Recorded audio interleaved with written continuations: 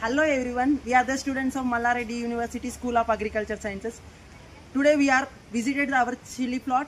We are identified the major pest of chili is chili trips. It is the scientific name of chili trips is Streptococcus dorsalis. Is the order belong to Thysanoptera. Hi friends, అందరికి మన మిర్చి తోటలో మన కంటికి కనపడని pest ఉంటుంది.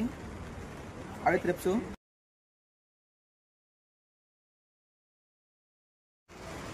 50% నుంచి మనకు 100% వరకు మన పంటనైతే డ్యామేజ్ చేస్తుంటాయి. ఇందులో కలర్స్ ఉంటాయి, ఇందులో red, white, yellow. Discussing about management practices of chili. In chili we follow the organic farming.